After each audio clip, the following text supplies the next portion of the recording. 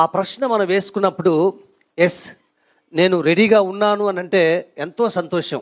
లేదు రెడీగా లేను అని ఒకవేళ మన జవాబు అయితే ఎందుకు సిద్ధంగా లేవు అనే ప్రశ్న మనం వేసుకోగలమా? ఇక్కడ చేరినటువంటి మనమందరం ఆయన రాకడలో మన పోకడలో దేవుని దగ్గరికి వెళ్ళగలిగేటటువంటి ఆత్మీయ జీవితాన్ని మనం కలిగి ఉన్నామా? ఒకవేళ సిద్ధంగా లేకపోతే ఏదో ఒక చిక్కులో మనం చిక్కుకుపోతే ఎంతకాలం అదే విధంగా కొనసాగుతాం? ఎంత సమయం కావాలి ఇంకా సరి చేసుకునేదానికి? ఎప్పుడు సరి చేసుకుంటాం? ఎప్పుడు సిద్ధపడతాం? ఎప్పుడు సిద్ధపడకపోతే కొన్ని సంవత్సరాలుగా మనం సిద్ధపడకపోతే రాబోతున్నటువంటి సంవత్సరాల్లో కూడా జరిగేది అదే కదా. గడిచిన ఒక 10 సంవత్సరాలు మనం తీసుకుందాం ఆత్మీయ జీవితంలో.